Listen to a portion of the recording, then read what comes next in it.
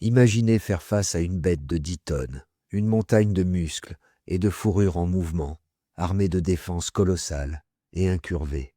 Un animal de la taille d'un camion, qui peut vous écraser sans même y penser. Maintenant, imaginez lui faire face avec rien de plus qu'un morceau de roche taillé, attaché à un bâton. Ce n'était pas un cauchemar. Pour nos anciens ancêtres, c'était ainsi qu'ils survivaient. Ce n'est pas seulement une histoire de chasse, c'est l'histoire de comment un petit primate fragile, sans armes naturelles, a utilisé la puissance de son esprit pour devenir le plus redoutable tueur de géants que le monde ait jamais connu. Si vous utilisez ces histoires pour vous endormir, c'est littéralement pour ça que je l'ai fait. Les récits épiques de notre propre famille humaine sont les histoires les plus puissantes de toutes. Alors, abonnez-vous peut-être, et dites-moi où vous êtes et quelle heure il est. Je lis les commentaires, et c'est un rappel de la tribu mondiale que nous sommes devenus. Maintenant, avant de nous aventurer 20 000 ans en arrière, au cœur de l'âge de glace, assurez-vous de cliquer sur ce bouton d'abonnement. Vous ne voulez pas manquer un seul instant de cette histoire. Commençons par planter le décor. Le monde, il y a 20 000 ans, était sous l'emprise du dernier grand âge de glace. C'était le Pléistocène supérieur, un monde de bêtes colossales. Le paysage de l'hémisphère nord n'était pas une forêt dense, mais une vaste prairie froide et sèche, un super écosystème connu sous le nom de steppe à mammouth. Et il était gouverné par une troupe de géants. Le roi incontesté était le mammouth laineux, une montagne de 10 tonnes de puissance, son corps couvert d'une épaisse toison de fourrure, ses grandes défenses incurvées servant à balayer la neige et à se défendre contre toute menace. Des troupeaux de bisons des steppes, bien plus grands que n'importe quel bison moderne avec des cornes s'étendant sur 2 mètres, grondaient à travers les plaines, et les traquant tous, il y avait le lion des cavernes, un prédateur 30% plus grand et plus puissant que n'importe quel lion vivant aujourd'hui. Dans ce monde de monstres, marchaient de nos ancêtres directs, les Homo sapiens.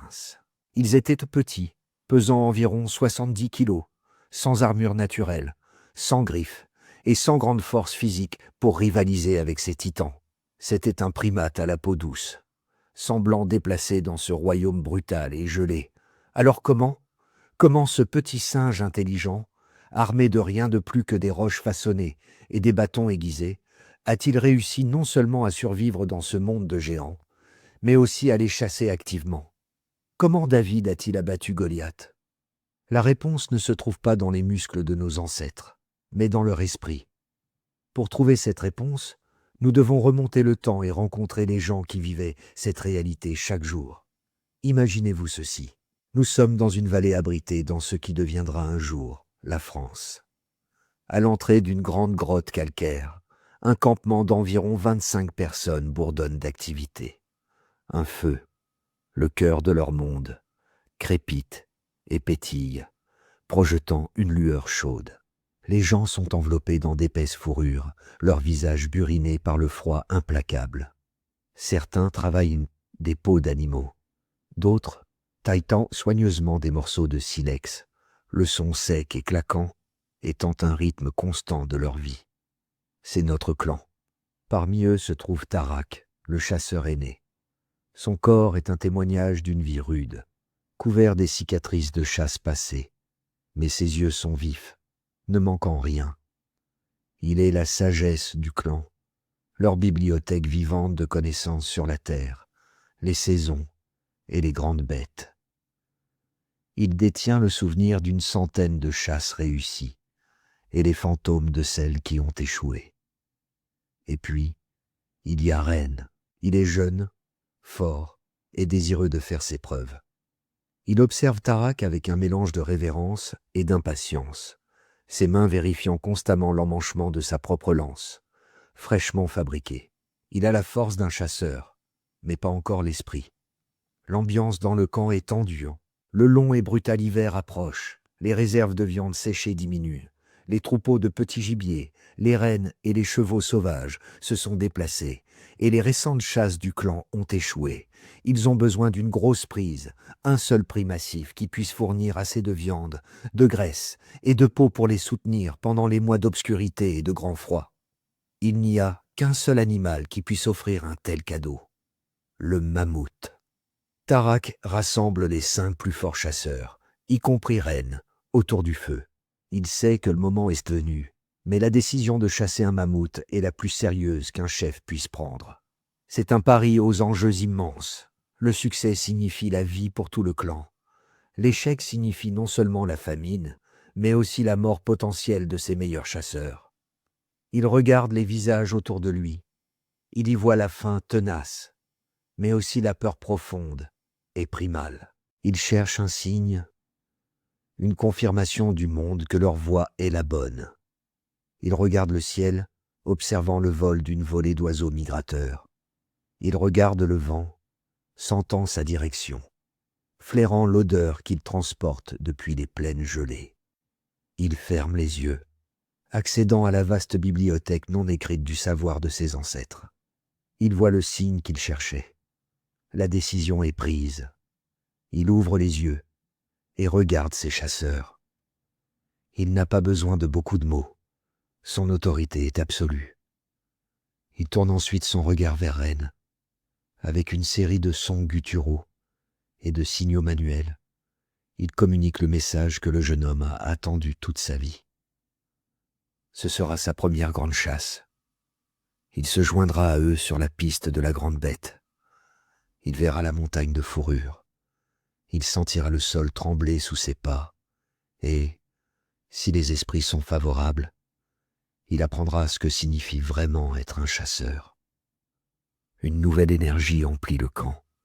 La peur est toujours là, mais elle est maintenant éclipsée par un sens aigu et concentré de la finalité. Les chasseurs commencent là leur dernier préparatif. Les femmes commencent à emballer des provisions pour le long voyage. Ren reste seul un instant et se dirige vers un endroit profond à l'intérieur de la grotte.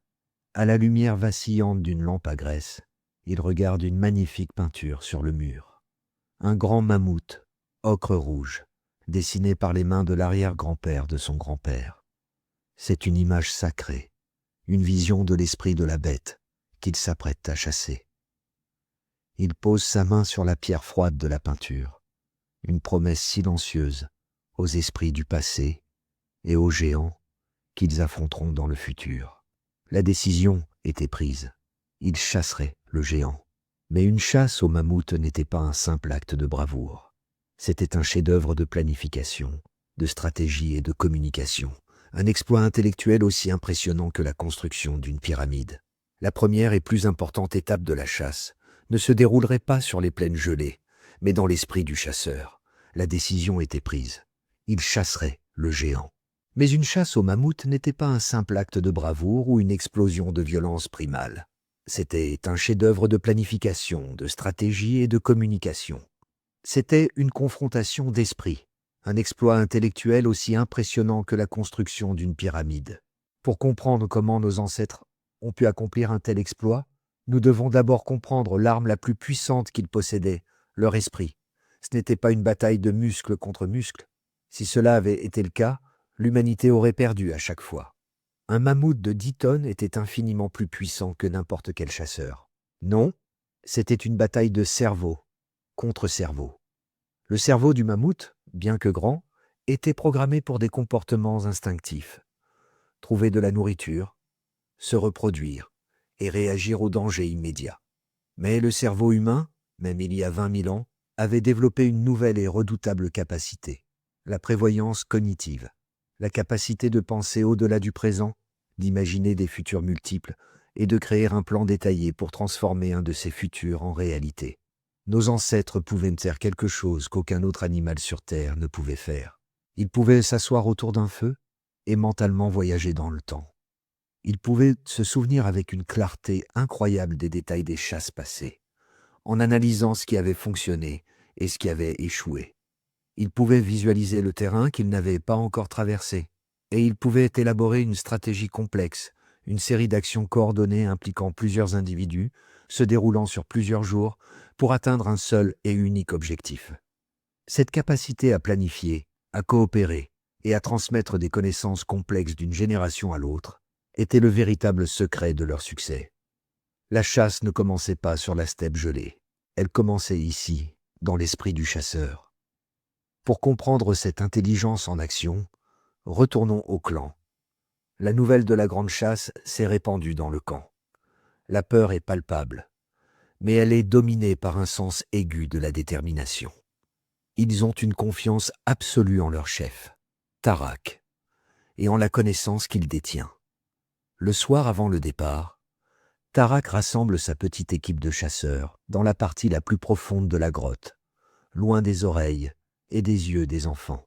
À la lueur vacillante d'une lampe à graisse, la réunion stratégique commence.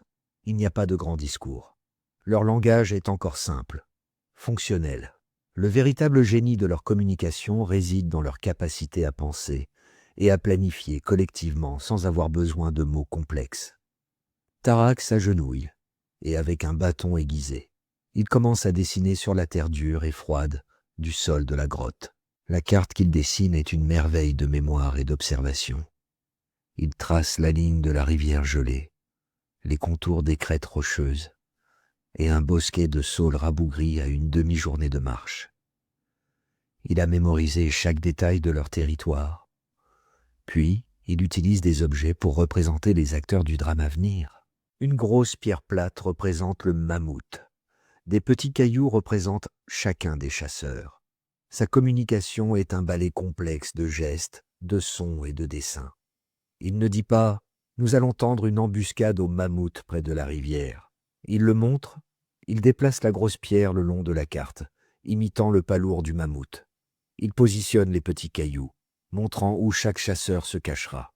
Il utilise des grognements bas et des cris aigus pour imiter les sons qu'ils utiliseront pour effrayer le troupeau et isoler leur cible. C'est un langage universel de la chasse, une chorégraphie mortelle répétée mentalement, avant même que le premier pas ne soit fait.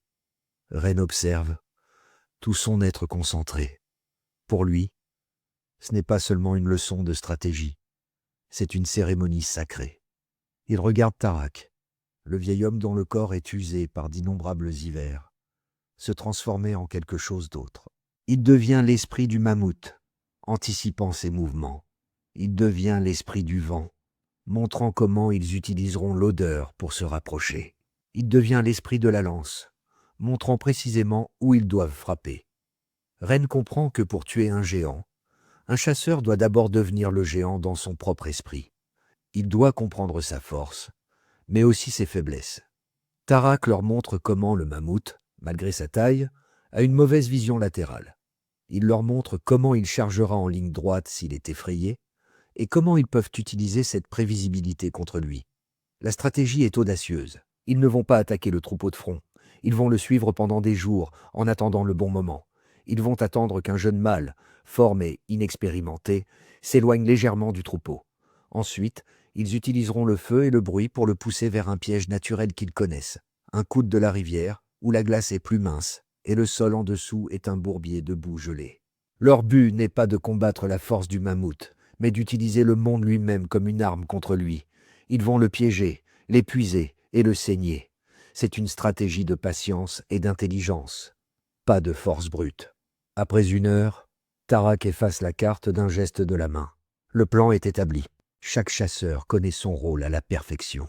Il regarde Ren, et le jeune homme hoche la tête, ses yeux brillants d'un mélange de terreur et d'une détermination féroce.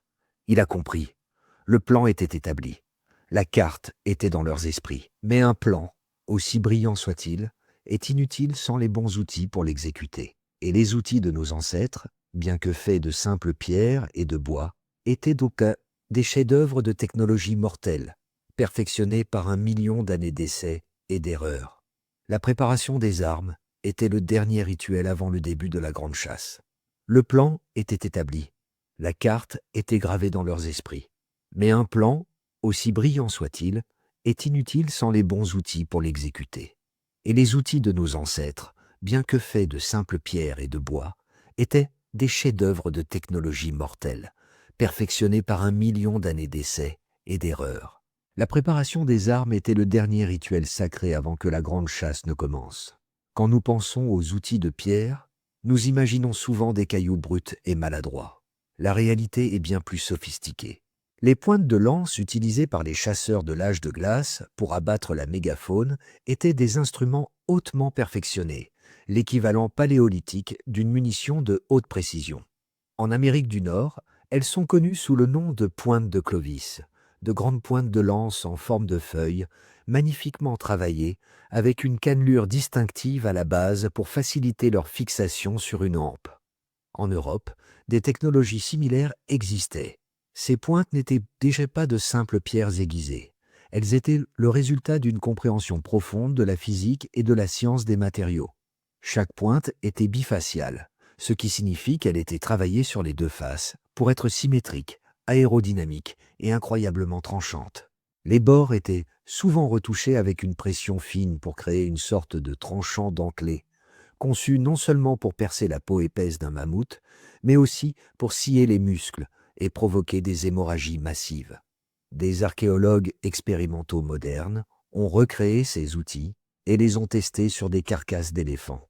Les résultats sont stupéfiants. Une pointe de lance en pierre, correctement utilisée par un chasseur expérimenté, peut pénétrer de plusieurs centimètres à travers la peau et la chair, capable d'atteindre des organes vitaux. C'était une technologie conçue pour un seul but, tuer des géants. La fabrication de ces armes n'était pas une tâche simple, c'était un art, une science transmise de génération en génération, une compétence qui séparait la vie de la mort. Pour vraiment apprécier cette technologie, nous devons retourner à la grotte, où Tarak s'apprête à transmettre cette connaissance ancestrale à Ren. Le matin de la chasse, Tarak conduit Ren à un endroit spécial à l'arrière de la grotte, un lieu considéré comme sacré. C'est leur atelier. Le sol est jonché de milliers de fragments de silex, les déchets de générations de fabrication d'outils. Tarak ne choisit pas n'importe quelle pierre. Il fouille dans une pile de matières premières, des nodules de silex qu'il a extraits d'une falaise voisine. Il recherche un nodule d'une couleur profonde et d'une texture vitreuse, un signe qu'il se fracturera de manière prévisible. Il le frappe doucement avec un percuteur en bois de cervidé, écoutant le son, le testant, le comprenant. Il tend ensuite la pierre à Ren. La leçon commence. Tarak ne parle pas beaucoup. Son enseignement est dans ses mains. Il prend un gros percuteur en pierre, et d'un seul coup puissant et précis, il frappe le bord du nodule. Un grand éclat se détache, révélant le cœur brillant du silex. C'est le premier pas, l'ébauche. Ren observe, son visage un masque de concentration intense. Il a fait cela des dizaines de fois sur des pierres plus petites pour fabriquer des couteaux. Mais ceci est différent. La taille d'une pointe de lance pour mammouth exige non seulement de la compétence, mais aussi de la force et une confiance absolue. Tarak passe à des percuteurs plus petits, faits d'os et de bois de cervidé. Chaque coup est précis, délibéré, enlevant de petits éclats pour affiner la forme. C'est un processus de sculpture par soustraction, une conversation entre le tailleur de pierre et le matériau. Tarak montre à Ren comment incliner la pierre, ou frapper pour guider la fracture, comment suivre les ondulations dans le silex. Il lui apprend à lire la pierre, à anticiper comment elle va se briser. Ren prend son propre percuteur et imite les gestes de Tarak. Son premier coup est maladroit, enlevant un éclat trop épais. Tarak secoue doucement la tête et guide la main de Ren, ajustant l'angle. Pendant des heures, il travaille dans un silence concentré, le seul son étant le clac sec de la pierre contre la pierre. Lentement, sous les mains de Ren, la forme brute commence à ressembler à une arme. Une forme de feuille symétrique, avec des bords qui s'affinent jusqu'à devenir presque translucides. La dernière étape est la plus délicate. Tarak montre à Ren comment utiliser la technique de la retouche par pression. Il prend un morceau de bois de cervidé avec une pointe durcie au feu et l'utilise pour appuyer, et non frapper, sur le bord de la lame, enlevant de minuscules flocons pour créer le tranchant final, acéré comme un rasoir. Enfin, c'est terminé. Ren tient la pointe de lance dans sa paume. Elle est lourde, froide et absolument mortelle. Mais ce n'est que la moitié de l'arme. Tarak lui tend alors une longue et droite hampe de lance, faite de jeunes sapins, durcis au feu. La dernière leçon est celle de l'emmanchement. Il montre à Ren comment tailler une encoche à l'extrémité de la hampe, comment y insérer la base de la pointe de silex, puis comment la fixer solidement. Ils utilisent des lanières de tendons animal, trempées dans l'eau pour les rendre souples. Ils les enroulent fermement autour de la base de la pointe et de la hampe. En séchant, le tendon se contractera, créant un lien incroyablement solide. Pour finir, ils enduisent la fixation d'une résine de pin chaude, la rendant imperméable et encore plus solide. C'est une technologie composite, un mariage de la pierre, du bois et de l'animal, chaque élément apportant sa force à l'ensemble. Quand Ren tient enfin la lance terminée, il ressent une transformation. Il ne tient pas un simple bâton avec une pierre. Il tient l'aboutissement d'1 million d'années de connaissances humaines. Il tient l'arme qui a permis à son petit peuple de survivre dans un monde de géants. Il regarde Tarak, et le vieil homme hoche la tête, un rare sourire effleurant ses lèvres. Ren est prêt, avec leurs esprits préparés et leurs armes affûtées. La petite bande de chasseurs est prête à affronter son destin. Ils ont la connaissance de leurs ancêtres, la force de leur clan et, dans leurs mains, la technologie qui leur permettra de défier un titan.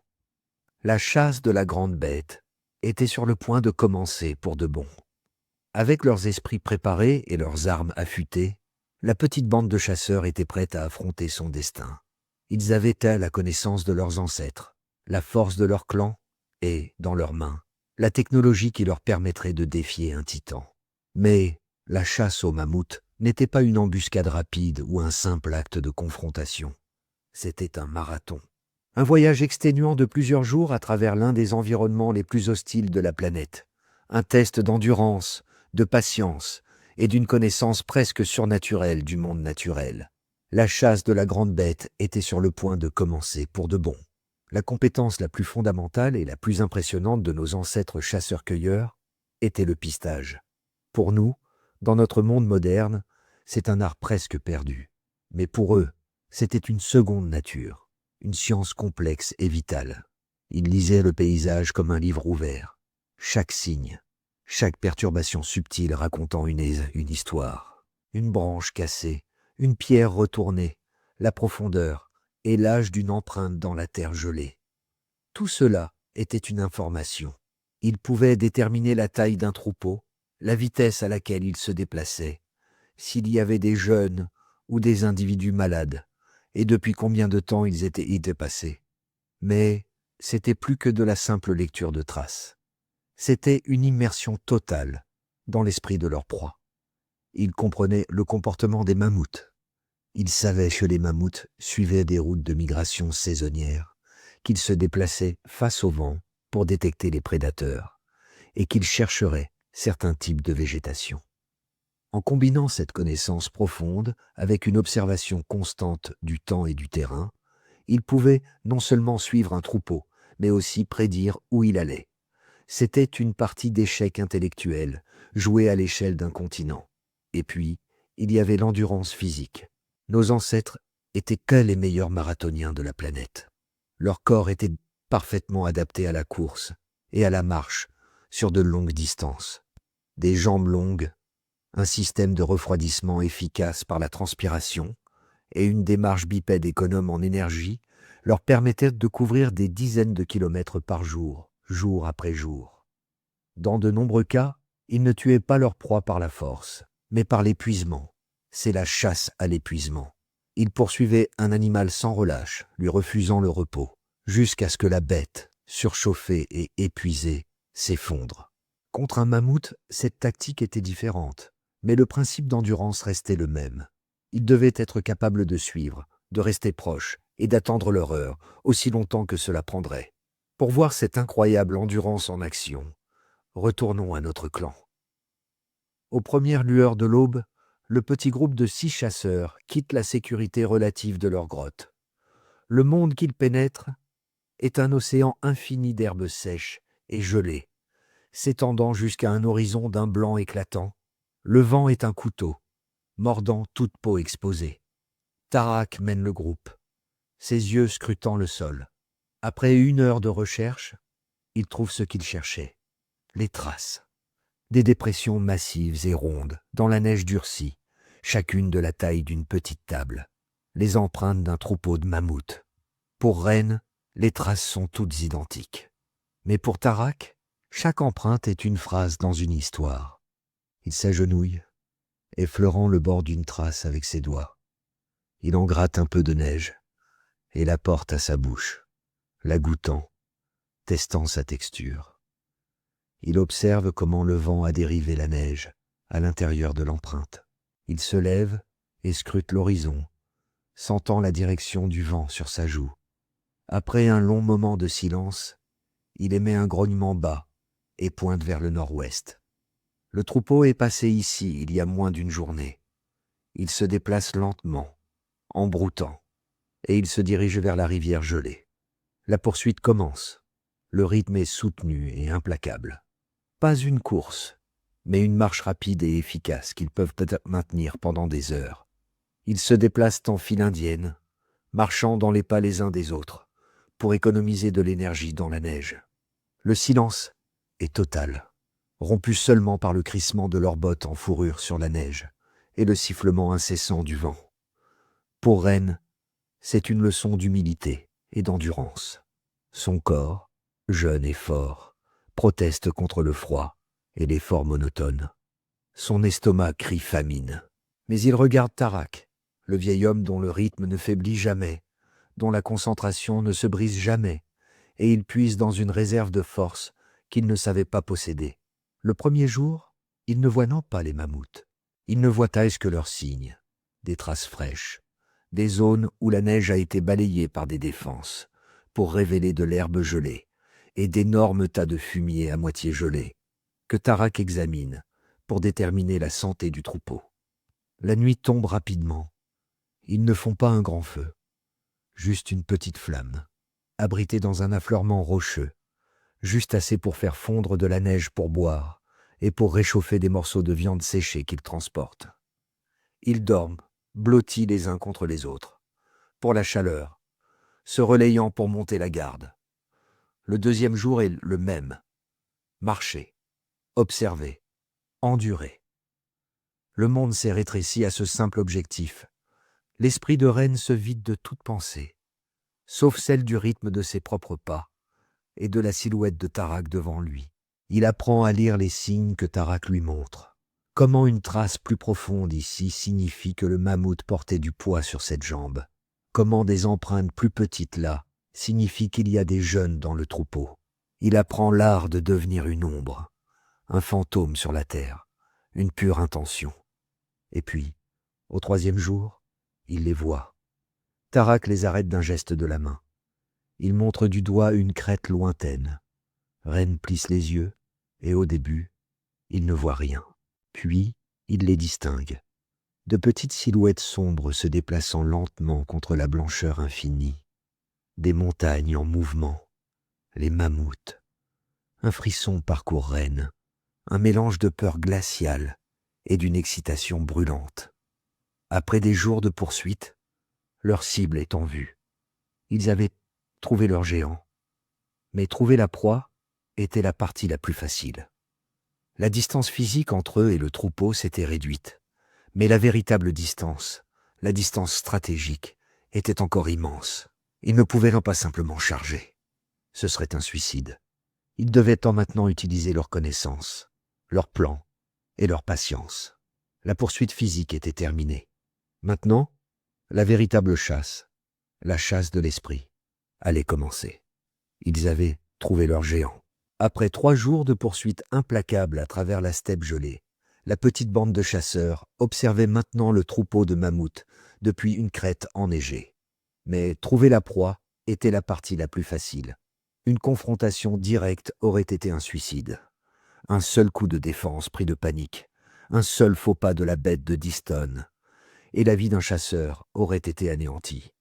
Nos ancêtres étaient intelligents, pas téméraires. Ils savaient que pour chasser un géant, on ne défie pas sa force, on la neutralise. La chasse n'était pas une bataille. C'était un piège, soigneusement orchestré. Les sites archéologiques du monde entier nous donnent des aperçus glaçants de l'intelligence et de l'ingéniosité de ces tueurs de géants. Au pied de falaises en Amérique du Nord et en Europe, de vastes lits d'ossements contenant les restes de dizaines, parfois de centaines, de mammouths et de bisons ont été découverts. Ce n'étaient pas des cimetières naturels, c'étaient des sites d'abattage. Pendant des générations, les anciens chasseurs utilisaient leur connaissance profonde du terrain pour pousser des troupeaux entiers au bord d'un précipice, une stratégie d'une efficacité brutale. Ailleurs, les preuves indiquent un autre type de piège, des squelettes de mammouths fossilisés, avec des pointes de lance en pierre encore logées entre leurs côtes, se trouvent dans ce qui était autrefois d'anciens marécages. Les chasseurs savaient que le plus grand atout du mammouth, son poids colossal, pouvait aussi être sa plus grande faiblesse. Ils dirigeaient habilement leur proie vers des terrains boueux et perfides où la bête s'embourbait, ses pattes puissantes devenant inutiles, ses mouvements lents et prévisibles. Toutes ces stratégies exigeaient plus que du courage. Elles exigeaient un niveau d'ingénierie environnementale, de psychologie animale et de travail d'équipe coordonné qui est à couper le souffle. Les chasseurs devaient connaître la terre avec une intimité que nous ne pouvons plus imaginer. Ils devaient savoir dans quelle direction un troupeau s'enfuirait en débandade s'il était effrayé, et ils devaient travailler ensemble, comme une seule unité sans faille. Le piège n'était pas seulement un lieu, c'était un plan, une chorégraphie mortelle exécutée par une troupe des chasseurs les plus qualifiés de la planète. Maintenant, la véritable chasse, la chasse de l'esprit, allait commencer. Pour voir cette intelligence en action, retournons à Tarak, Ren et les chasseurs. Le troupeau de mammouths est en vue, broutant paisiblement dans un large bassin enneigé. Mais Tarak ne regarde pas les mammouths. Il regarde le paysage qui les entoure. Ses yeux suivent les contours du terrain, les douces pentes, les affleurements rocheux et la ligne sombre et sinueuse de la rivière gelée à quelques kilomètres de distance. Il confirme la carte qu'il détient dans son esprit. Le troupeau est exactement là où il avait prédit qu'il serait, se dirigeant lentement vers le passage à gué de la rivière qu'il avait identifié des jours auparavant lors de sa séance de planification. Les chasseurs n'approchent pas directement. Ce serait une erreur de débutant. Tarak les conduit dans un large détour qui prend plusieurs heures, un grand demi-cercle qui les amènera en amont du troupeau, et, surtout, sous le vent. Ren, son corps vibrant d'adrénaline, doit combattre son impatience juvénile. Il veut charger, affronter la bête. Mais Tarak lui a appris que la première règle de la chasse aux géants est que le géant ne doit jamais savoir que vous êtes là. La chasse doit se dérouler selon leurs termes, pas ceux de l'animal. Ils se déplacent dans un silence fantomatique, leurs pieds enveloppés de fourrure ne faisant presque aucun bruit sur la neige. Ils atteignent leur destination des heures avant les mammouths. C'est l'endroit du plan de Tarak, un coude serré dans la rivière. Sur la majeure partie de sa longueur, la rivière est gelée, une autoroute de glace épaisse. Mais ici, à ce coude, une petite source presque invisible s'infiltre de la berge, rendant la glace mince et le sol en dessous, un bourbier profond et perfide de boue à moitié gelée et de gadou. C'est la zone d'abattage. Les chasseurs se séparent en deux équipes, exactement comme Tarak l'avait chorégraphié dans la terre de la grotte. La première équipe, les rabatteurs, se déplace loin en amont du troupeau de mammouths. Leur travail n'est pas de combattre, mais de créer une panique contrôlée. La deuxième équipe, les tueurs, dont Tarak et Ren, se dissimulent dans les roseaux gelés et les affleurements rocheux près du passage à gué marécageux. Leur travail est d'attendre. L'attente est une leçon d'immobilité et de patience.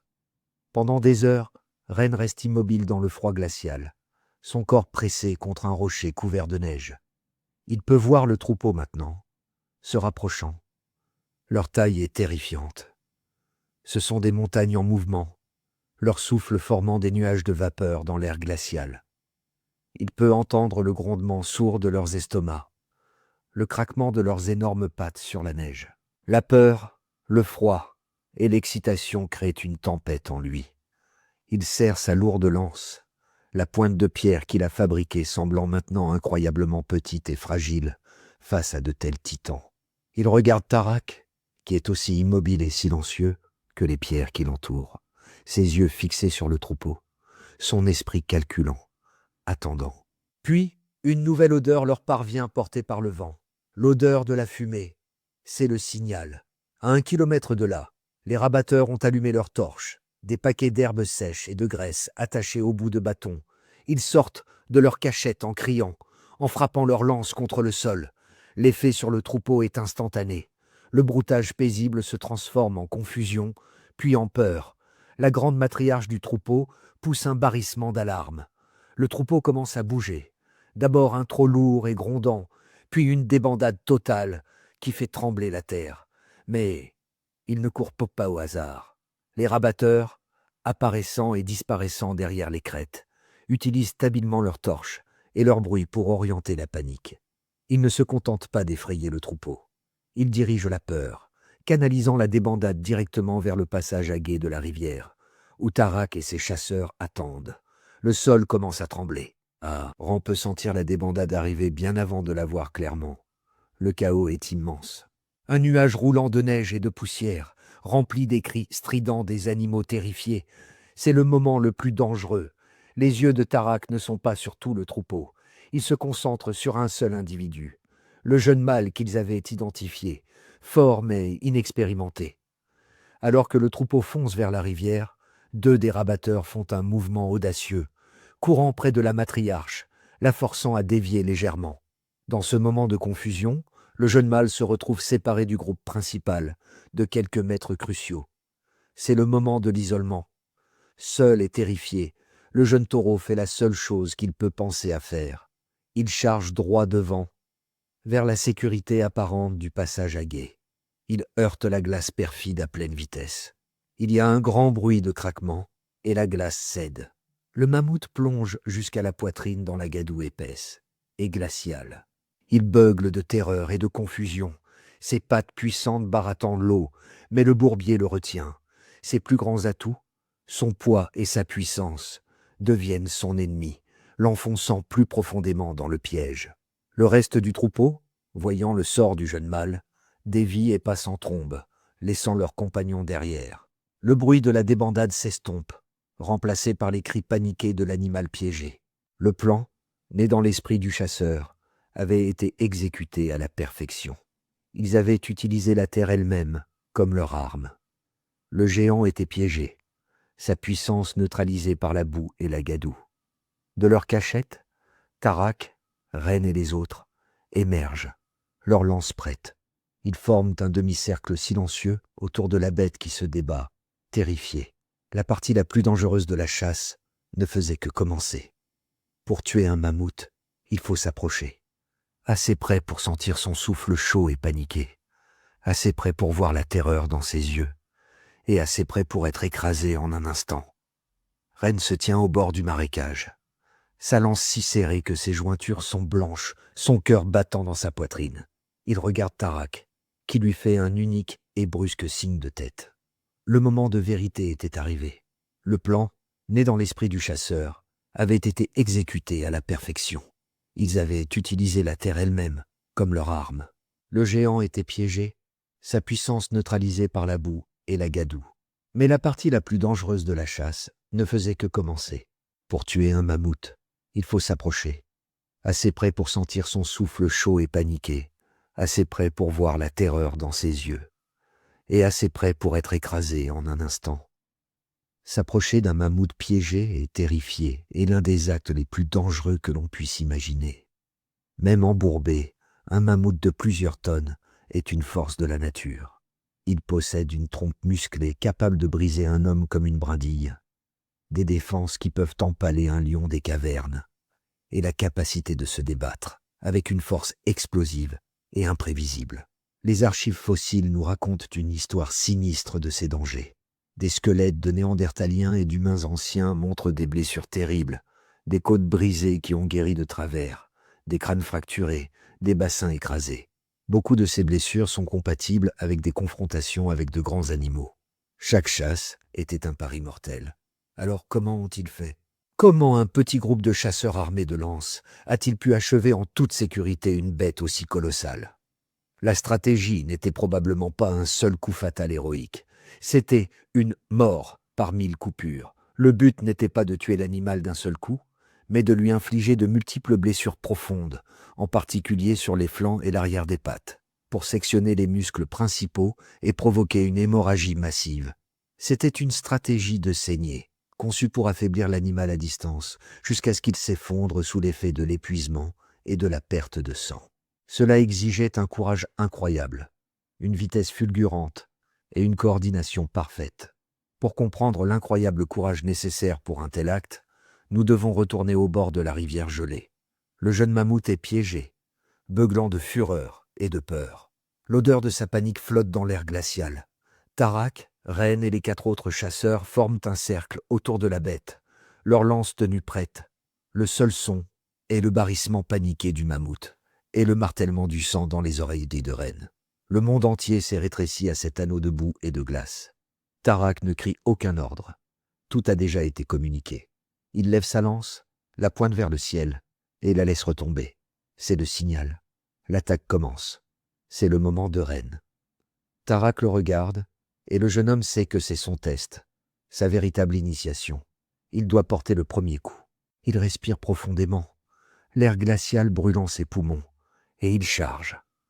Le sol est une boue épaisse et aspirante qui essaie de lui arracher ses bottes à chaque pas. Il s'enfonce jusqu'aux genoux, se débattant pour avancer. Le mammouth le voit arriver, une montagne de fourrure et de fureur. Il se tourne, sa tête massive se balançant, ses petits yeux remplis de terreur. Il essaie de charger, mais ses pattes sont prises dans la boue. Ren est maintenant à portée. Il peut sentir l'odeur musquée de l'animal, voir les poils individuels de son pelage. Il lève sa lance, l'arme qu'il a fabriquée de ses propres mains, et avec un cri qui est à la fois de peur et de défi, il la plante profondément dans le flanc massif de la bête. La pointe de pierre s'enfonce à travers la peau épaisse et dans le muscle. Le mammouth pousse un hurlement de douleur et de rage. Il se tourne violemment, sa trompe fouette en l'air. Ren est trop lent pour reculer. La trompe le frappe à la poitrine. Un coup qui ressemble à être heurté par un arbre qui tombe. Il est projeté en arrière, atterrissant brutalement dans l'eau glacée et la boue. Pendant un instant, le monde devient noir. Mais l'attaque de Ren a servi son but. Elle a créé une diversion. Alors que le mammouth se concentre sur Ren, 2 autres chasseurs se précipitent de l'autre côté, leurs lances frappant rapidement, profondément, avant de reculer en un éclair. La bataille est maintenant un chaos contrôlé. Les chasseurs sont un tourbillon de mouvements. Ils ne restent jamais immobiles. Ils dansent au bord du danger, se précipitant pour porter un coup, puis reculant avant que le mammouth ne puisse riposter. C'est une tactique de harcèlement, conçue pour dérouter et blesser l'animal, sans s'engager dans une bataille de force directe. Le mammouth est une force de pure panique, se tournant et se retournant, sa trompe et ses défenses foyant l'air, essayant d'écraser les petites figures agiles qui le tourmentent. Tarak dirige l'attaque, non pas avec des cris, mais avec sa propre présence. Il est le point d'ancrage de leur chaos. Il se déplace avec une économie de mouvement mortel, ses yeux ne quittant jamais ceux de l'animal. Il attend son moment. Ren, le souffle coupé, se relève péniblement. Son torse est meurtri, mais rien n'est cassé. La peur est partie, remplacée par une montée d'adrénaline pure et glaciale. Il a fait face à la bête, et il a survécu. Il récupère sa lance et rejoint le combat. Son mouvement maintenant plus prudent, plus respectueux de la puissance de l'animal. La bataille fait rage. C'est une symphonie brutale de cris, de barrissements et du bruit sourd des lances frappant la chair. Le temps semble s'étirer. Chaque seconde est une éternité. La neige qui tombe commence à rougir, le sang du mammouth tachant la boue et la glace. L'animal commence à ralentir. Sa respiration devient un halètement rauque. La perte de sang et la lutte incessante contre la boue lui volent sa force. Tarak voit le changement. Il voit l'ouverture. Le mammouth, dans un dernier effort, se soulève légèrement exposant le dessous de sa patte arrière. C'est là que se trouve l'artère massive, la source de la puissance de la bête. Tarak se déplace avec une vitesse que Ren n'aurait jamais cru possible chez un vieil homme. Il ne frappe pas. Il se précipite et plante sa lance profondément dans l'articulation de la jambe, utilisant tout le poids de son corps. C'est le coup de maître. Le mammouth pousse un dernier, long et triste barrissement, un son qui semble secouer les fondations mêmes de la terre. Il chancelle. Ses pattes arrière cèdent, lentement, majestueusement. La grande bête s'effondre sur le côté, envoyant une vague de boue et d'eau glacée sur les chasseurs. Il essaie de se relever une fois de plus, sa tête se soulevant, ses yeux regardant ses tourmenteurs. Puis, avec un dernier soupir tremblant, la vie quitte le géant. Le silence qui suit est assourdissant. Le seul son est le sifflement du vent et la respiration haletante et épuisée des 6 chasseurs. Ils se tiennent là, couverts de boue et de sang, regardant la montagne de chair et de fourrure qu'ils ont abattue. Ils ont gagné. Ren regarde ses mains tremblantes. Il a survécu. Il est devenu un chasseur. La bataille était terminée. Mais le travail, lui, ne l'était pas. Car abattre le géant n'était que la moitié de la victoire.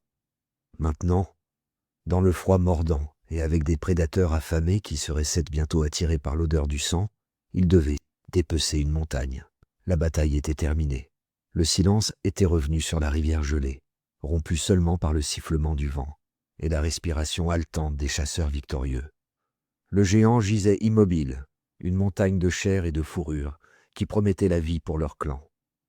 Mais le travail, lui, ne l'était pas, car abattre le titan n'était que la moitié de la victoire. Maintenant, dans le froid mordant de l'âge de glace, avec des prédateurs affamés qui seraient bientôt attirés par l'odeur du sang, il devait accomplir une tâche encore plus intimidante. Il devait dépecer une montagne. Dépecer une carcasse de 10 tonnes est un défi colossal, même avec des outils en acier moderne. Pour nos ancêtres, armés uniquement de pierres, d'os et de bois, c'était un exploit d'ingénierie et d'anatomie qui exigeait une compétence, une planification et une coopération immense. Chaque minute était cruciale. Dans le froid intense, la carcasse commencerait à geler solidement en quelques heures, la rendant presque impossible à couper. Et l'odeur du sang frais était une invitation ouverte à tous les grands prédateurs de la steppe, des meutes de loups des steppes aux redoutables lions des cavernes. Les chasseurs devaient travailler vite, efficacement et en équipe. La preuve de cette compétence incroyable se trouve sur les os fossilisés des mammouths eux-mêmes. Les paléontologues ont découvert des milliers d'os, portant les marques révélatrices des outils de nos ancêtres. Au microscope, ils peuvent distinguer les fines rayures en forme de V, laissées par un couteau en silex, tranchant des larges rainures en forme de U, laissées par les dents d'un carnivore. Ces traces de découpe nous racontent une histoire. Elles nous montrent où les chasseurs coupaient les tendons pour détacher les membres, où ils grattaient la viande des os, et même où ils fracturaient les os pour en extraire la moelle nutritive. Ce n'était pas une frénésie sauvage, c'était un processus méthodique, presque chirurgical, répété de la même manière à travers les continents et les millénaires. C'était une science, la science de la boucherie paléolithique. Pour voir cette expertise ancienne en action, nous retournons une fois de plus à Tarak et Ren, au bord de la rivière gelée. L'euphorie de la victoire s'est estompée, remplacée par une concentration intense. Il n'y a pas de temps pour le repos. Tarak ne dit rien. Il agit, et Ren et les autres observent, apprenant par l'exemple. Tarak sort son outil le plus précieux, pas sa lance, mais un petit couteau en silex, sa lame pas plus longue que son doigt. Sa lame de silex, bien que petite, est plus tranchante qu'un scalpel moderne, capable de trancher la peau et la chair avec une facilité surprenante. La première tâche est la plus difficile. Ouvrir la peau. La peau d'un mammouth est une armure de plusieurs centimètres d'épaisseur. Tarak ne tente pas de la percer au hasard. Il se dirige vers les zones les plus tendres, l'abdomen et l'intérieur des pattes. Il fait une première incision précise, utilisant toute la force de son bras et de son épaule pour guider la lame. Une fois la première ouverture faite, le travail devient un effort d'équipe. Les chasseurs travaillent ensemble, utilisant le poids de la peau elle-même pour l'arracher de la carcasse, tandis que d'autres coupent les membranes conjonctives en dessous. C'est un travail éreintant et sanglant. Ren apprend. Il regarde Tarak identifier les lignes de l'anatomie de l'animal, suivant les contours des muscles et des articulations comme une carte.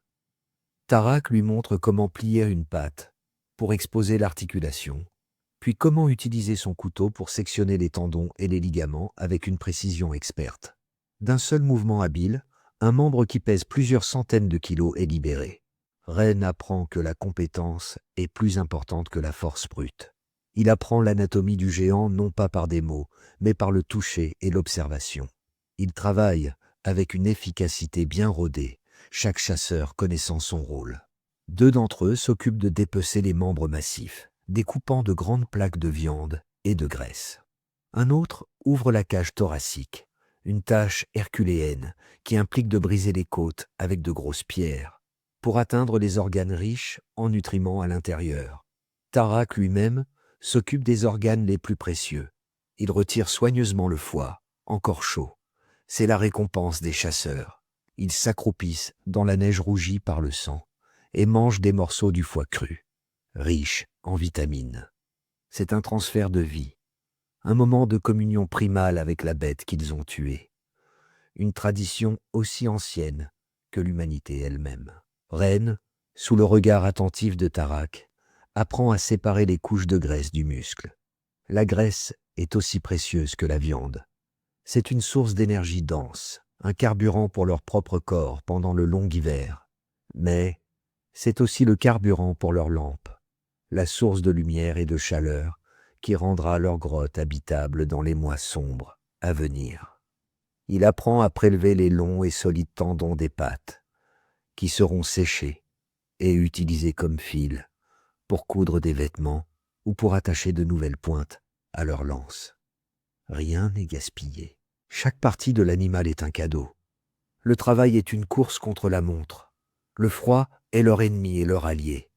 Ils préservent la viande, mais ils la gèlent aussi rapidement, la rendant aussi dure que la pierre. Ils doivent travailler vite. Et ils ne sont pas seuls. L'odeur du sang a voyagé loin sur le vent glacial. Un chasseur, posté en sentinelle, pousse un cri d'avertissement. Une meute de grands loups des steppes est apparue sur une crête voisine, leurs silhouettes sombres se découpant sur le ciel gris. Ils observent, patients, attendant leur tour. Leur présence est un rappel constant qu'ici, sur la steppe, la mort est toujours proche et que le chasseur peut rapidement devenir le chassé. Après des heures de travail incessant et épuisant, la tâche est presque terminée. La carcasse du mammouth est maintenant un squelette démembré, une architecture d'os gigantesque. Autour d'elle se trouvent des piles de viande rouge, des plaques de graisse blanche et la peau massive, enroulée pour le transport. Les chasseurs sont épuisés, leur corps endolori, leurs mains et leurs vêtements trempés de sang. Mais leur esprit est triomphant. Ils ont réussi. Ils ont affronté le géant et ils ont gagné. Et grâce à leurs compétences, leur coopération et leur courage, ils ont récolté une fortune. Ils n'avaient pas seulement tué un géant, ils avaient récolté une montagne de vie, assez pour assurer la survie de leur clan, pour nourrir leurs enfants et leurs aînés, et pour leur donner la force d'affronter le long et sombre hiver qui les attendait. Maintenant, le dernier grand défi commençait, transporter cette manne de vie jusqu'à leur foyer. La bataille était terminée. La bête gisait, silencieuse. Mais le travail acharné du dépeçage n'était que le début de la transformation. Pour nos ancêtres, un mammouth n'était pas seulement un repas, c'était une source de vie ambulante, un écosystème de ressources qui garantissait leur survie et leur prospérité durant les mois les plus sombres et les plus froids de l'année. Chaque partie du géant, de la pointe de ses défenses au dernier de ses os, était un cadeau précieux qui serait utilisé avec respect et ingéniosité. La ressource la plus évidente était, bien sûr, la viande. Un seul mammouth pouvait fournir des milliers de kilos de viande riche en protéines. Une partie était consommée immédiatement dans une grande fête qui célébrait le succès de la chasse. Mais la grande majorité était soigneusement conservée pour l'hiver à venir. La viande était découpée en fines lanières et suspendus sur des claies en bois pour être séchés par le vent glacial ou fumés lentement au-dessus du feu du camp. Cette viande séchée, ou charqui, était une source de nourriture légère, durable et riche en énergie, parfaite pour les longues journées d'hiver où la chasse était impossible. Ensuite, il y avait la graisse, la couche de graisse d'un mammouth, qui pouvait atteindre plusieurs centimètres d'épaisseur, était peut-être encore plus précieuse que la viande. C'était l'une des sources de calories les plus denses de la nature, un super aliment de l'âge de glace. Mais son importance allait bien au-delà de la nutrition. La graisse, une fois fondue, devenait du suif, le carburant essentiel qui alimentait leurs lampes de pierre. Dans un monde où la nuit pouvait durer 16 heures en hiver, la capacité de créer de la lumière était fondamentale. La graisse de mammouth était le carburant qui repoussait l'obscurité glaciale, permettant aux clans de travailler, de socialiser et de raconter des histoires, dans la chaleur et la sécurité de leur grotte. Elle a littéralement éclairé le monde de nos ancêtres. La peau, une immense et lourde couverture de cuir et de fourrure épaisse, était une autre ressource vitale. Il fallait le travail de tout le clan pendant des jours pour la gratter, la nettoyer et la tanner, mais l'effort en valait la peine. Elle était utilisée pour confectionner des vêtements chauds, des bottes robustes et des couvertures épaisses. Les plus grandes peaux étaient utilisées pour construire des abris, tendus sur des cadres faits d'os ou de bois, pour créer des tentes ou des brise-vents qui amélioraient considérablement le confort de leurs abris rocheux.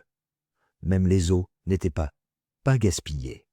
Les os longs et solides des pattes étaient de parfaits outils. Ils pouvaient être fracturés pour en extraire la moelle, une autre substance incroyablement nutritive. Ils pouvaient aussi être façonnés en percuteurs pour la taille du silex, en lissoirs pour le travail du cuir ou en aiguilles robustes. Les omoplates massives pouvaient en servir de pelles improvisées ou même de support pour des structures. Des découvertes archéologiques en Ukraine ont révélé des huttes entières, de véritables habitations, construites à partir des os et des défenses de dizaines de mammouths, un témoignage stupéfiant de l'ingéniosité de nos ancêtres. Et enfin, il y avait les défenses, ces magnifiques spirales d'ivoire qui pouvaient atteindre plus de 3 mètres de long, étaient un matériau miracle. L'ivoire est à la fois incroyablement solide et relativement facile à sculpter avec des outils en silex. Les chasseurs l'utilisaient pour fabriquer les outils les plus fins et les plus durables, des pointes de lance barbelées, des propulseurs finement décorés et des aiguilles délicates. Mais ils l'utilisaient aussi pour créer de l'art, de petites figurines, comme les célèbres statuettes de Vénus, et d'autres objets symboliques étaient sculptés dans l'ivoire, nous donnant un aperçu de l'esprit complexe et de la vie spirituelle de ces peuples. Pour comprendre l'impact profond qu'une telle abondance avait sur la vie d'un clan, nous retournons une fois de plus à Tarak et Rennes. Le voyage de retour est une épreuve. Les chasseurs sont chargés de centaines de kilos de viande et de peau. Chaque pas est lourd, mais leurs cœurs sont légers. Ils marchent non pas dans le silence désespéré de la poursuite, mais avec les chants et les plaisanteries d'hommes qui ont affronté la mort et qui en sont revenus victorieux. Leur arrivée au camp est un moment de pure joie. Les femmes, les enfants et les anciens, qui attendaient avec anxiété, poussent un grand cri lorsqu'ils voient les chasseurs apparaître à l'horizon, leurs silhouettes sombres, lourdement chargées de la promesse de vie. Cette nuit-là, le camp est transformé. Le feu rugit, plus grand et plus lumineux que jamais, alimenté par la graisse de mammouth. L'odeur de la viande grillée remplit l'air glacial. C'est la fête. Pour la première fois depuis des semaines, tout le monde mange à sa faim, jusqu'à ce que leur ventre soit plein. Les rires, un son qui était devenu rare, résonnent dans la grotte. Ren est au centre de l'attention. Il n'est plus un garçon impatient, mais un jeune homme qui a gagné sa place parmi les grands chasseurs. Il raconte l'histoire de la chasse, revivant le moment de sa première charge, la sensation de sa lance frappant le flanc du géant. Les autres chasseurs confirment son histoire avec des grognements d'approbation. Il a gagné leur respect. Ils regardent Tarak à travers le feu et le vieil homme lui fait un signe de tête. C'est le passage d'un flambeau, la continuation d'une lignée de chasseurs qui remonte à des temps immémoriaux. Tarak, lui, observe en silence. Il regarde son clan, en sécurité et bien nourri. Il voit le soulagement sur les visages des mères, la joie dans les yeux des enfants. Il a rempli son devoir de chef. Il a assuré l'avenir de son peuple pour un autre hiver. C'est la plus grande récompense d'un chasseur. Les jours et les semaines qui suivent sont remplis d'un travail acharné, mais c'est le travail de la sécurité, pas de la desperation. La vie du camp est centrée sur le traitement du don du mammouth. Les femmes découpent la viande en fines lanières pour la faire sécher. Les hommes grattent la peau massive, la préparant pour le tannage. La grotte est remplie de l'odeur de la fumée de bois et de la viande qui rôtit, un parfum d'abondance et de chaleur qui contraste violemment avec le froid stérile du monde extérieur. Mais le mammouth était plus qu'une simple source de richesse matérielle. Il était une figure centrale dans le monde spirituel et culturel de ces peuples. Car pour ces anciens chasseurs, l'acte de chasser n'était pas seulement une question de survie. C'était un acte spirituel profond, une conversation avec le monde des esprits, une histoire si importante qu'elle devait être racontée encore et encore, non seulement avec des mots, mais aussi avec de l'ocre et du charbon, sur les murs silencieux des grottes les plus profondes. Pendant des jours et des semaines après la grande chasse, la vie du clan était une célébration du travail et de l'abondance. La grotte était remplie de l'odeur de la viande fumée et de la graisse fondue, un parfum de sécurité qui les protégeait du monde gelé à l'extérieur. Le mammouth avait nourri leur corps, fourni de la chaleur et de la lumière, et les avait habillés de peaux robustes. Il leur avait donné les outils matériels pour survivre. Mais le mammouth était plus qu'une simple source de richesse matérielle.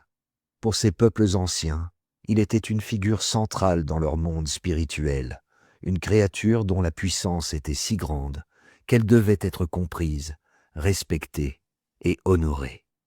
La chasse n'était pas seulement une question de survie physique, c'était un acte spirituel profond, une conversation avec le monde des esprits, une histoire si importante qu'elle devait être racontée encore et encore, non seulement avec des mots, mais aussi avec de l'ocre et du charbon de bois, sur les murs silencieux des grottes les plus profondes.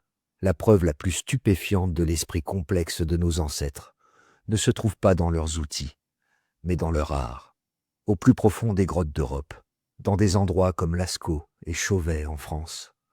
Nos ancêtres ont laissé derrière eux des galeries de chefs-d'œuvre, peintes dans l'obscurité la plus totale, à la lueur vacillante de lampes à graisse. Ces peintures ne sont pas de simples gribouillages. Ce sont des œuvres d'art d'une beauté et d'une sophistication à couper le souffle, qui rivalisent avec celles de n'importe quel maître de la Renaissance. Des troupeaux de chevaux sauvages, des bisons puissants, des lions des cavernes menaçants, et, bien sûr, le majestueux mammouth laineux, tous rendus avec une incroyable attention aux détails et aux mouvements. Mais pourquoi ? Pourquoi ces gens se sont-ils aventurés à des kilomètres sous terre, dans des passages étroits et dangereux, pour peindre ces images dans une obscurité presque totale ? Les scientifiques débattent de leur véritable fonction depuis des décennies. Une théorie est celle de la magie de la chasse. En peignant un animal, les chasseurs croyaient se peut-être acquérir un pouvoir sur son esprit, assurant le succès de leur prochaine chasse. Les peintures étaient des rituels, des tentatives de contrôler un monde dangereux et imprévisible. Une autre théorie suggère le chamanisme. Les grottes étaient considérées comme des portails vers le monde des esprits. Les artistes étaient peut-être des chamans, des individus qui entraient en transe et peignaient les visions qu'ils voyaient dans l'autre monde, les esprits animaux qu'ils rencontraient dans leur voyage spirituel. Les murs de la grotte étaient un voile entre le monde physique et le monde sacré, et les peintures étaient des fenêtres sur cet autre univers. Une troisième théorie, plus simple, est que ces peintures étaient un moyen de raconter des histoires et de transmettre des connaissances. Les grottes étaient dites que des salles de classe, des bibliothèques paléolithiques. Les anciens enseignaient aux jeunes les différents types d'animaux, leurs comportements, les stratégies de chasse et les mythes et l'histoire de leur clan. L'art était leur livre d'histoire, leur manuel de survie. Quelle que soit leur véritable fonction, ces peintures sont la preuve d'un esprit qui ne se contentait pas de survivre. Il cherchait un sens, il cherchait à comprendre sa place dans le cosmos. C'était l'esprit de l'artiste, du prêtre et du professeur, tout en un. Pour ressentir le pouvoir de ce monde spirituel, nous rejoignons Tarak et Ren, plusieurs semaines après la chasse. La majeure partie du travail est terminée. Le clan est en sécurité. Une nuit, Tarak réveille Ren en silence. Il lui fait signe de le suivre. Ils prennent des torches allumées et quittent la grotte principale. Mais au lieu de sortir dans la nuit glaciale, Tarak mène Ren vers une ouverture étroite et basse, à l'arrière de la grotte. Un passage que Ren n'avait jamais remarqué auparavant. Le voyage dans la terre est un rite de passage. Il rampe à travers des tunnels étroits. L'air devient froid et sent la pierre humide. Le seul son est le goutte à goutte de l'eau qui s'infiltre à travers le plafond et le son de leur propre respiration. C'est un voyage dans le ventre de la terre-mère. Après ce qui semble être une éternité, le passage s'ouvre sur une chambre vaste et caverneuse. Son plafond si haut que la lumière de leur torche ne peut l'atteindre. Et les murs sont vivants. À la lueur vacillante de sa torche, Ren voit les images pour la première fois. Des dizaines, des centaines d'animaux semblent galoper et charger dans l'obscurité. Les contours naturels de la roche ont été utilisés avec un génie incroyable pour donner une impression de troisième dimension aux créatures. Un renflement dans le mur devient le flanc puissant d'un bison. Une fissure devient la jambe d'un cheval. Les animaux semblent bouger, respirer, vivre dans la danse de la lumière et de l'ombre. Pour Ren, qui n'a connu que le monde extérieur brutal, c'est une révélation. C'est un lieu magique, un lieu saint. Tarak le conduit plus loin, vers un mur spécial. C'est le mur de leur clan, où des générations de chasseurs ont enregistré leurs plus grandes histoires. Ren voit la peinture du mammouth de son arrière-grand-père, ses couleurs encore vives. Il ressent un lien profond et puissant avec ses ancêtres, avec tous les chasseurs qui se sont tenus dans cette même obscurité, devant ces mêmes images. Tarak commence alors le rituel. Il sort de petites bourses en cuir contenant des poudres de pigments, de l'ocre rouge et jaune et du charbon de bois noir. Il les mélange avec de la graisse animale dans une pierre creuse, créant une peinture épaisse. Ce n'est pas un acte de décoration, c'est une cérémonie.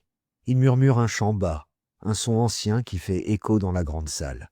Il trempe ses doigts dans la peinture, puis il commence à peindre. Il ne dessine pas seulement un mammouth, il recrée leur chasse. Avec quelques traits de charbon de bois magistraux, il capture la forme de la bête piégée dans la rivière. Avec l'ocre rouge, il dessine les lances et le sang. Il ne peint pas les chasseurs comme des individus, mais comme des figures de bâtons simples, car c'est l'histoire du clan, pas d'un seul homme. Mais il ajoute un détail. Il dessine une lance, celle de Ren, frappant le flanc du géant. Pour Ren, c'est comme regarder la création du monde. Il voit Tarak capturer non seulement l'image de la chasse, mais son esprit, son danger, son triomphe. Quand la peinture est terminée, Tarak prend la main de Ren. Il la trempe dans la peinture rouge et la presse contre le mur à côté de la nouvelle image. C'est la signature de Ren.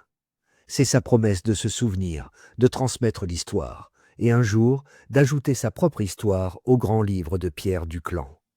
Cet art sacré était le ciment culturel qui unissait ces peuples, leur donnant une identité, une histoire et un but qui allait au-delà de la simple survie.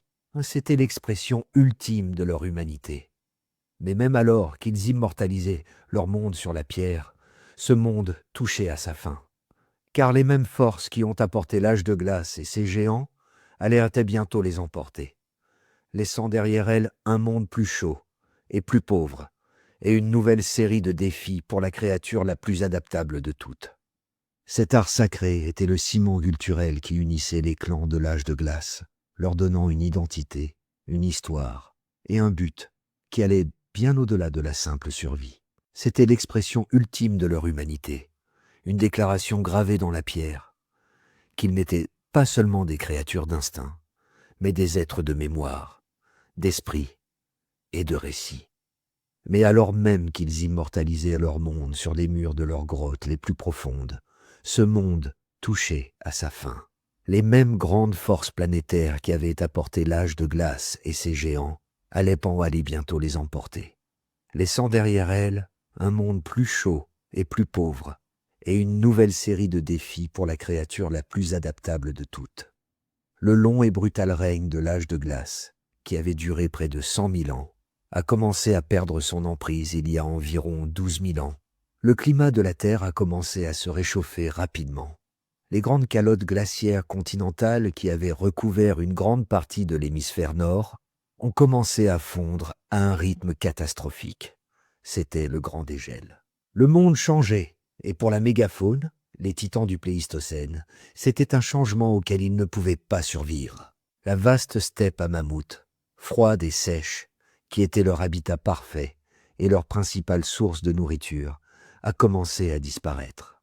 Elle a été remplacée par des forêts denses et humides, de bouleaux et de pins, et par des marécages tourbeux.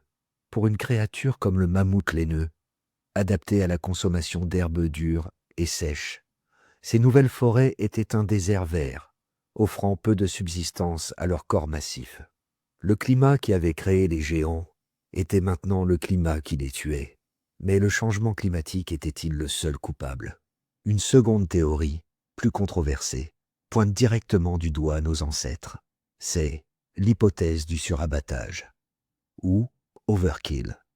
Elle soutient que, à mesure que les populations humaines augmentaient et que leur technologie de chasse devenait encore plus sophistiquée avec des inventions comme le propulseur, ils sont devenus des super-prédateurs. Ils étaient si efficaces dans la chasse des grandes bêtes qu'ils les ont tout simplement menés à l'extinction.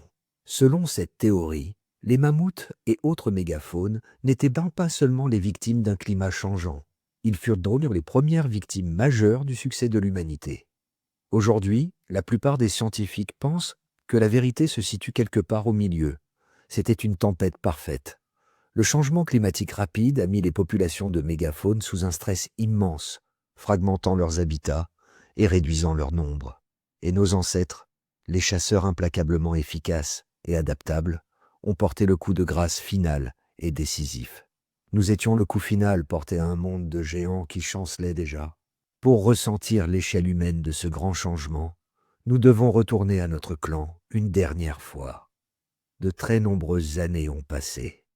Ren, le garçon qui a fait sa première prise au bord de la rivière gelée, est maintenant un vieil homme, le chasseur aîné de son clan, tout comme Tarak l'était avant lui. Il est la nouvelle bibliothèque de connaissances, son visage une carte d'un monde en mutation. Le paysage de sa jeunesse, la vaste toundra ouverte, a disparu. Il guide maintenant ses chasseurs à travers des forêts denses et inconnues. L'air est plus chaud, plus humide, le monde est différent, et les géants sont partis. Un jour, Ren emmène son propre jeune apprenti, un garçon nommé Laris, non pas à la chasse, mais en pèlerinage. Il l'emmène au plus profond de la grotte sacrée, jusqu'au mur des peintures. Les images des grandes bêtes sont toujours là, leurs couleurs encore vives, à la lumière vacillante de la torche. Ren montre la peinture de la chasse au mammouth, celle que Tarak a peinte il y a si longtemps, celle avec sa propre empreinte de main à côté. Il raconte à Laris l'histoire de la chasse, l'histoire de la sagesse de Tarak et du courage des chasseurs. Mais l'histoire sonne différemment maintenant. Ce n'est pas une leçon de chasse, c'est un éloge funèbre. Laris regarde la peinture, les yeux écarquillés. Il n'a jamais vu de mammouth. Pour lui, ce sont des bêtes mythiques, des dragons de l'aube des temps. L'histoire de Ren est un conte de fées d'un monde perdu. La chasse que Ren enseigne à Laris est une nouvelle sorte de chasse. C'est la chasse de la forêt. Il ne piste plus les géants à travers les plaines ouvertes. Il piste les cerfs élaphes et les sangliers, plus petits et plus rapides, à travers les sous-bois denses. Cela exige de nouvelles compétences, de nouveaux outils et un nouveau type de patience. Le peuple de Rennes s'est adapté. Ils ont survécu, mais quelque chose a été perdu. La grande lutte épique qui a défini leurs ancêtres, la bataille de David et Goliath qui a forgé leur identité même, est terminée. Plus tard, en quittant la grotte, Rennes regarde le nouveau monde forestier. Il ressent un sentiment de profonde mélancolie. Il est fier que son peuple ait enduré, mais il pleure la perte du monde de sa jeunesse. Un monde de plus grands défis, mais aussi de plus grands triomphes. L'âge des géants est révolu. L'âge de l'homme a véritablement commencé. Le grand dégel et l'extinction de la mégafaune ont été l'épreuve finale de l'âge de glace. Et l'humanité l'a réussi. Les compétences mêmes qui avaient été affûtées comme une lame de rasoir dans la poursuite des géants étaient dès maintenant les compétences qui permettraient à l'humanité de conquérir le nouveau monde. L'intelligence qui pouvait déjouer un mammouth de 10 tonnes était la même intelligence qui apprendrait plus tard à lire les cycles du soleil et de la lune, à planter les premières graines et à construire les premiers villages. La coopération complexe qui permettait à une petite bande de coordonner un abattage était la même coopération qui construirait les premières cités, puis les premiers empires, et la capacité de communiquer, de transmettre le savoir par des histoires et de l'art, était la capacité qui nous permettrait de construire une civilisation. Les géants sont partis. L'âge de glace est un lointain souvenir, mais l'esprit du tueur de géants perdure. Il est dans notre art, dans notre science, dans notre ingénierie. C'est notre plus grand héritage et notre arme la plus dangereuse. C'est l'esprit qui nous a donné le pouvoir de chasser un mammouth jusqu'à l'extinction. C'est l'esprit qui nous a permis de conquérir la planète entière. Et c'est l'esprit qui, en fin de compte, décidera de son avenir.